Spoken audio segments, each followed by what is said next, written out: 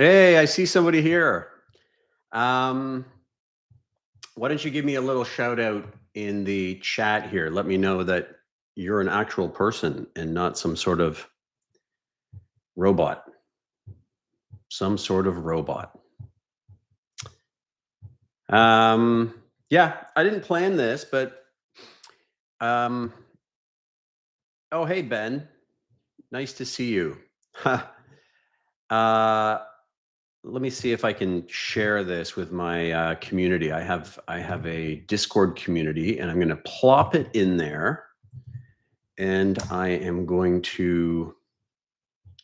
There we go. Let's see if somebody shows up. So, yeah, hey Ben, are you an option trader, or are you just kind of? Did you get drawn in by the Nvidia?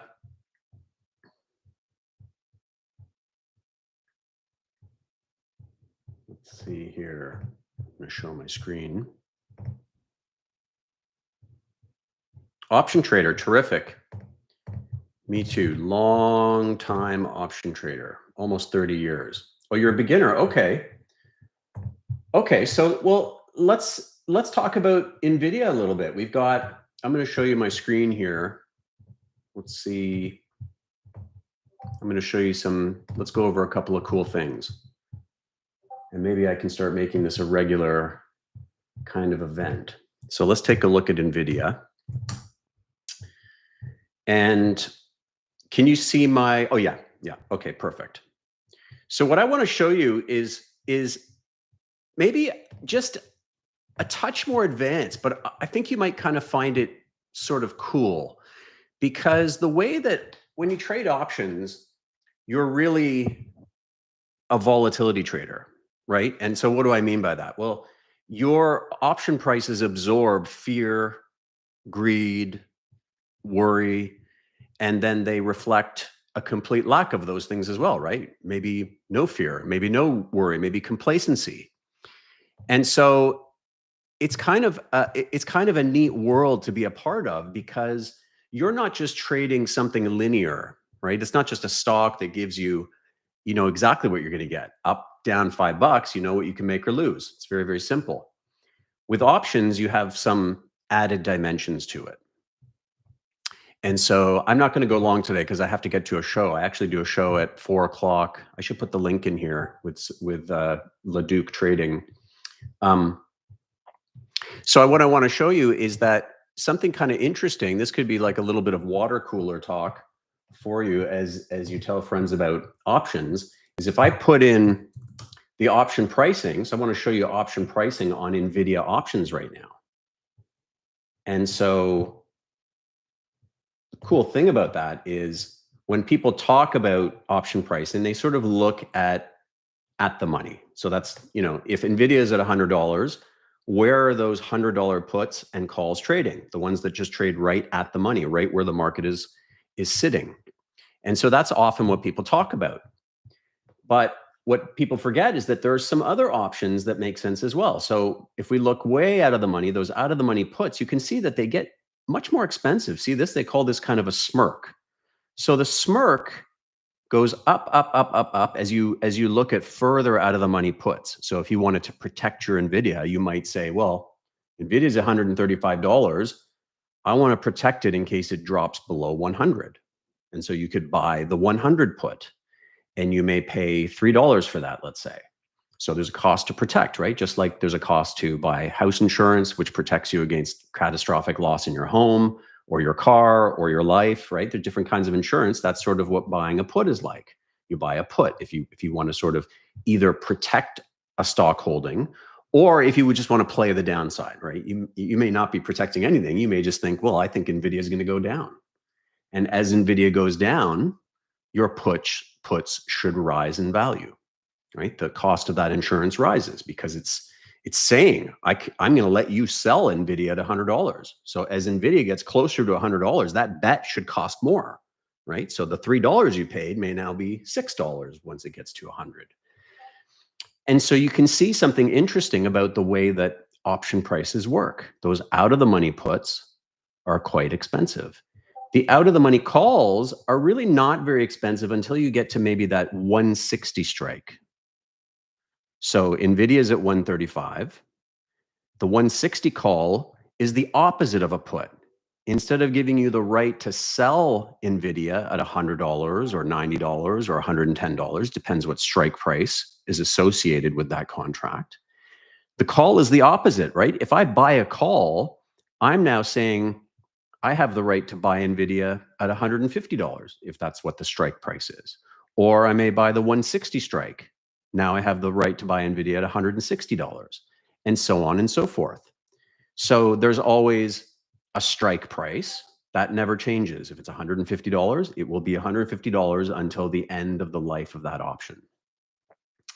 And of course, if you've learned a little more about options, you'll know that there's different expiries. There are NVIDIA options that expire 2 days from now, and there are NVIDIA options that expire 2 years from now. And so, of course, the 2-year option gives you 2 years of time for you to be either right or wrong or whatever. So the market is going to assign a larger value to that 2-year put or call, that option. And so what's interesting about NVIDIA is it's kind of flat. Like you can see that this shaded area is showing that typically downside puts get more expensive. And they're actually at the low part of the shaded area, which is kind of giving you an average. It's saying, well, the puts at the 60 strike tend to trade from here to here, right? In this gap of this shadow area, but they're actually quite low. So one of the things that I'm noticing about NVIDIA is that as we go into this earnings event tonight, we see that people are really not that worried about it. The implied volatility, which is just the general reflection of option pricing. For example, down here, implied volatility is way higher because people are paying up. Down here, it's going to be lower because it's at the money. People pay more for that crash insurance, so they're going to pay up more for that on an implied volatility basis, not on a price basis. It's an important distinction. So it might be confusing, but this put will be $2. Oh, hey, pause. This put at the 100 put on NVIDIA might be $3, but the $60 put on NVIDIA, the $70 put on NVIDIA might only be $1 or 50 cents. So without question, this put is more expensive than this put. And it should be, right? Because this one only gives you the right to sell NVIDIA at $70, not at $100. So NVIDIA's got to go way down for you to actually put this put to use. So, but the implied volatility is the relative option pricing. It's saying selling a wide strangle. Oh, hey, Java. You know what? I see that the option pricing is fairly low. So to me, what this market is telling me is that this strangle, the strangle, we could talk about that in a moment, but option pricing in general is quite low for NVIDIA going into this earnings event. So as compared to previous earnings events, the straddle, so let's give Ben's new to options. So we can kind of go over this. So if I want to sort of figure out, well, what's the market expecting here? What is the market expecting tonight? And what do I have to do? Well, I have to look at the very, very closest option, which is the one that expires in 2 days. There's no option expiring today, so we have to look at the nearest one expiring on Friday. And so what I'm going to do is I'm going to go to the at the money strike price, which is, does anybody know what the at the money strike is? Let's look at the stock price is 136.82. So the at the money strike price is about the 136 put and the 136 call. So if I want to know what the market is expecting, there's kind of an easy way to do that. If you're sort of going, well, I don't know, what's the market expecting on NVIDIA? You add up the call with the put. So the 136 is sort of the closest one, or the 137 rather. See, it's trading at 137. It's actually getting a little firmer into the earnings event.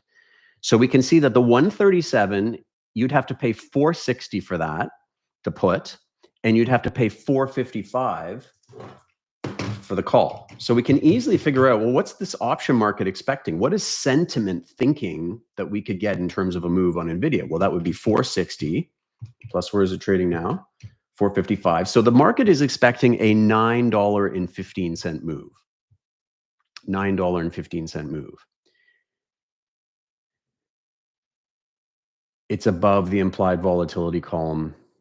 What's that, Java? What's above the implied volatility column? It's we see a 110 implied volatility on these options. Expected move. Oh, you're right. Yes, absolutely. Good. Thank you. So that's the easy way to do it. I was just kind of explaining, well, what are they doing? They're just basically looking at, well, how much is that straddle? The straddle means I'm buying the put and I'm buying the call. If I buy the straddle, I need NVIDIA to move $9 before I start to make money on options that are expiring in 2 days. So it's got to make a pretty good move. And that's actually, if you sort of divide that by the stock of the price, the stock price, it's about 6.6%. And that's a little bit lower than typical for NVIDIA.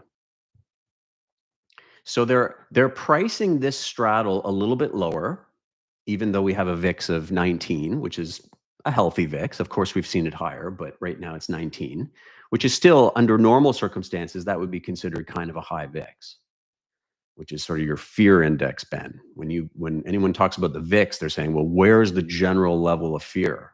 Is it high? VIX 12 is really, really low. There's no fear. VIX 30 is very high. People are very worried. Right now we're 19, so we're kind of like worried, but not panicking. So our straddle is a little bit cheaper than normal.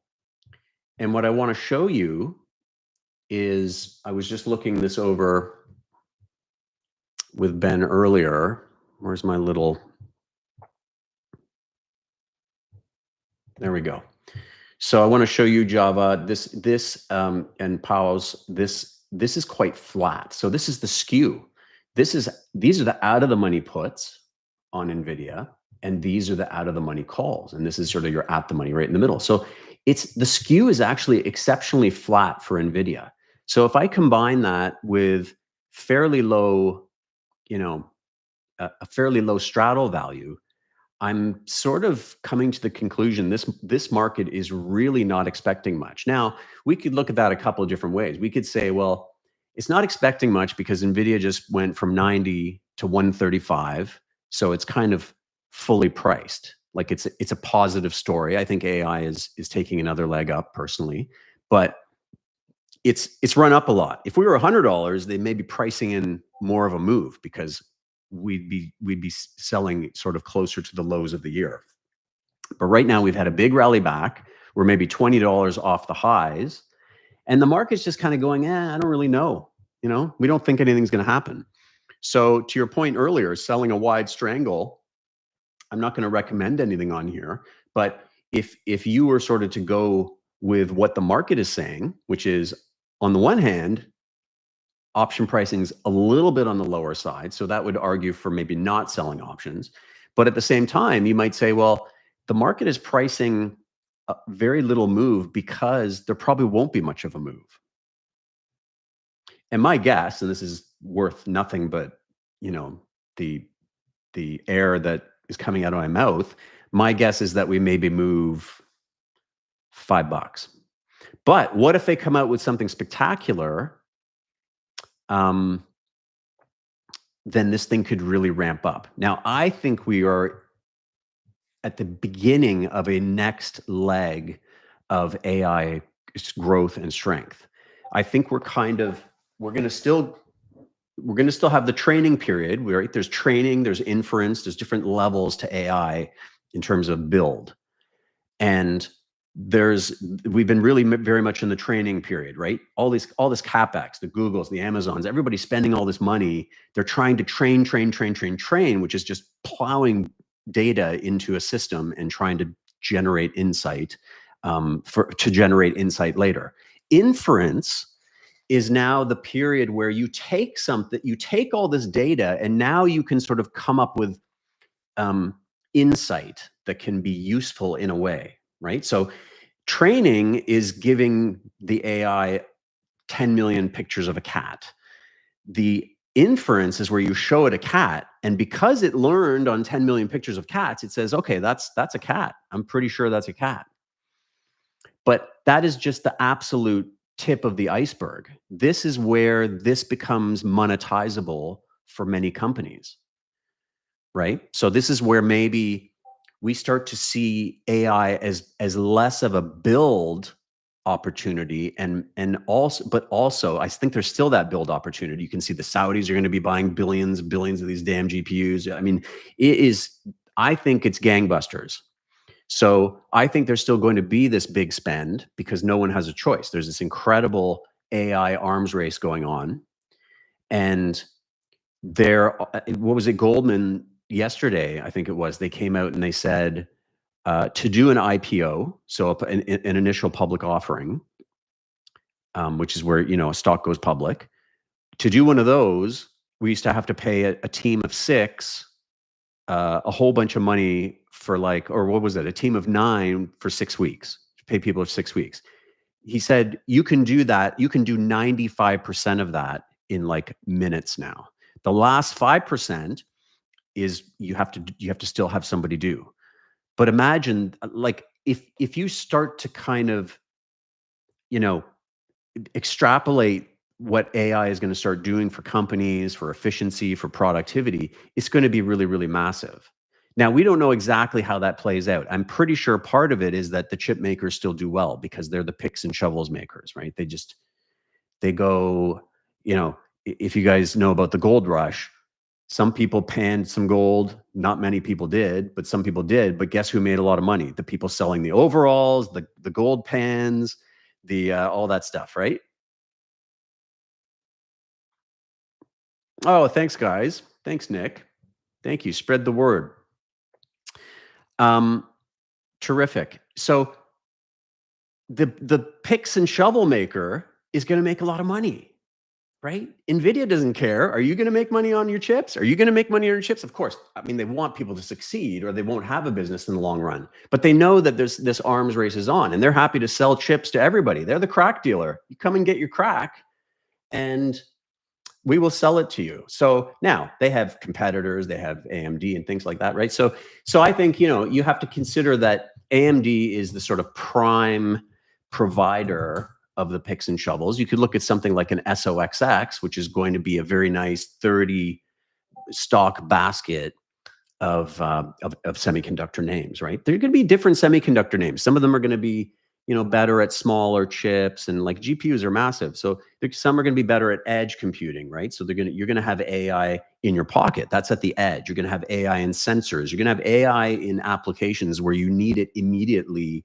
to give you feedback and figure things out. So the opportunities are going to be absolutely massive in there, in the sort of Internet of Things, they call all these little devices around the world, right? Billions of devices that are going to be created to gather data and give us inference. So Max Payne 130. Yeah, so Max Payne, I mean, you can kind of take it or leave it. It's sort of like, I mean, let's take a look at spot gamma here. Let's take a look at spot gamma for a sec. And we'll kind of look at what we see on the from a perspective of gamma. Well, you've got sort of the hedge wall at 130, key gamma strike, they're saying at 130. So there you go. Yeah, if macro holds up, I don't know, Paul. I think that's certainly part of it. I think there is a cyclical nature to it, but you have to almost think of what's happening out there as almost like AI is going to be almost like running water at some point. Like you're going to have to spend to keep up.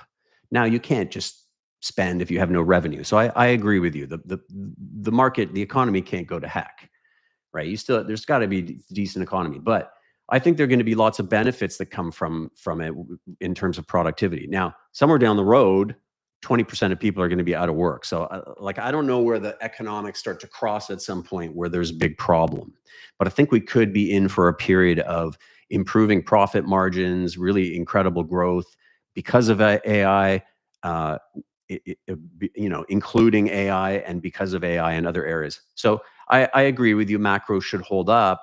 And I think it will. I mean, I think it will, unless something else breaks in the bond market and we get into a bit of a situation again. But I kind of think Trump's gonna make a deal, gonna make lots of deals, and I don't think he wants to tank the economy. Is my guess, and I think we're seeing many flinches from him that would lead us to believe that he doesn't.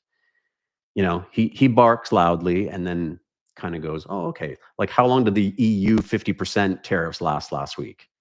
Like 10 minutes. I don't have any on spot gamma, Murugan, but I'll tell you right now. So let me give you a quick one. So when we look at the composite view on Nvidia, what I'm going to say is typically that upside, as it has been for about 700 or 800 points on the S&P, is the upside's been a little bit cheap, and I think it is kind of still cheap. And so you have this positive gamma, and so when you look at positive gamma, spot gamma is kind of a pretty complicated thing, right? There's a lot of different facets to it. But the idea is that when you have positive gamma, you have something that's going to slow down volatility. Positive gamma means slowing volatility because market makers and dealers they have lots of stock that they can sell into rallies. They have stock they can buy into sell-offs. I won't go through the math of it. I was a market maker for 15 years. So this is kind of what I did, right? I did this every day. I lived it. It's funny. I didn't even know now people talk about Vanna and Charm and all these Greeks. And I'm like, I didn't even know they were called that. Like, I just, did my job and I experienced them. But I it's funny. I didn't know Vanna in particular. So, here we are. We kind of have this call wall. But I will say that these things are good to know, but something like an earnings event can be overpowering. So you always have to remember that if organic flow is big enough, it will overpower gamma. So there could be a whole bunch of, there may be max pain at a certain point, but we'll just kind of fly right through there if the earnings report is good enough. So I like looking at gamma. I like looking at call walls and put walls and all these things. I mean, they're very interesting to me. But we can certainly move through those levels fairly easily if there's enough flow. So I find that a lot of people who use spot gamma and they're more day traders, they use the S&P. If it's not a very busy day, they can be kind of good. They can be useful to sort of give you an idea of where things are topping out, where things are kind of bottoming out, like gives you an idea of where there's going to be a lot of stock for sale. And so you can kind of get ahead of that and, buy puts or sell out your longs. And anyway, so people definitely swear by it on a short-term trading basis. And then on a long-term basis, for example, when we had that big sell-off, I was mentioning in all the shows that I do that through 5,500, we're going to be in trouble. And we did accelerate through there. Was it because of that? I'm not a genius. I mean, a lot of people were looking at that level, but it can be useful, generally speaking. So just to bring it back to Nvidia here, and I know if Ben's even still here, the options are kind of cheap. And in fact, I think the longer term options are kind of cheap. So I think maybe one of the plays that I'm going to consider, and I can't tell anybody to do anything, but I have some on, right? I have some SOXL, which I almost never trade, but I'm kind of excited about. It's a work destroying technology. I know I'm actually with you, Paul. If it were up to me, I would be putting a stop to it. And that might be a strange thing to say, but I think is a bad idea. Oh, hey, Ben, you're still here. I think it's going to have very severe implications for society. Yeah, I think I hope I'm wrong and that this is an example. I know all the big wigs like to talk about how, well, when we went from an agricultural society and everybody transitioned to factories and production lines and all that, that argument is BS. This is absolutely more disruptive across all industries. You're going to be looking at a massive portion of the middle class that is making 150, 200, 300, 400 grand being potentially replaced by AI. They'll have to have some people, but like I said, with the Goldman example, if you can replace that whole team that used to take 6 weeks to do something and keep one person who only has to do some work for a week, the writing's on the wall. And to say that, well, oh, everybody can go out and retrain, unemployment, yeah, I don't know, next year or two, maybe. It's moving very quickly. It's very disturbing. And that's why one of the things I always say is, and I've said this for years because I've covered AI since 2017, when I was managed a lot of funds, and I covered AI, and it's happening fast, right? It's kind of been ramping up. 2016, 17 was really big. Google DeepMind beating players at Go, inventing new moves. Everyone thinks AI is so new. In 2016, Google was able to beat the top players in the world at Go, which is an incredibly complex game, and it invented new moves that people had never even used before. They were like, "What? I've never done that." Like, that was 9 years ago. So it's moving quickly, and I agree with you. It's horse out of the barn. Yeah, so I think so. The only thing that worries me a little bit, Paul, is I think this year continues to be maybe a little bit more of a challenge. I kind of have a bit of a 6,500 target on the S&P. I'm optimistic. Some things could break, but I don't think we break too far to the downside.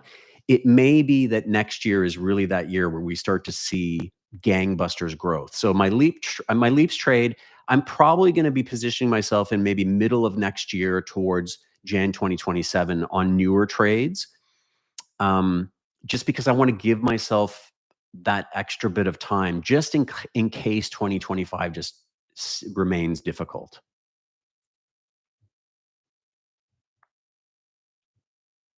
Yeah. I mean, I don't know. I've always said, I was starting to say, since back then, I said, if you can't fight it. If they're going to take your jobs, you might as well invest in it. You might as well invest in the companies that are going to impact all these jobs.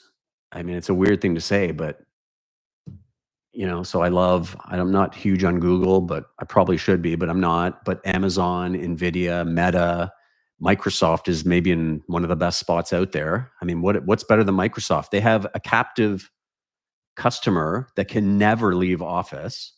Who's going to leave Excel and PowerPoint and Word and all that? Like, you're not going to.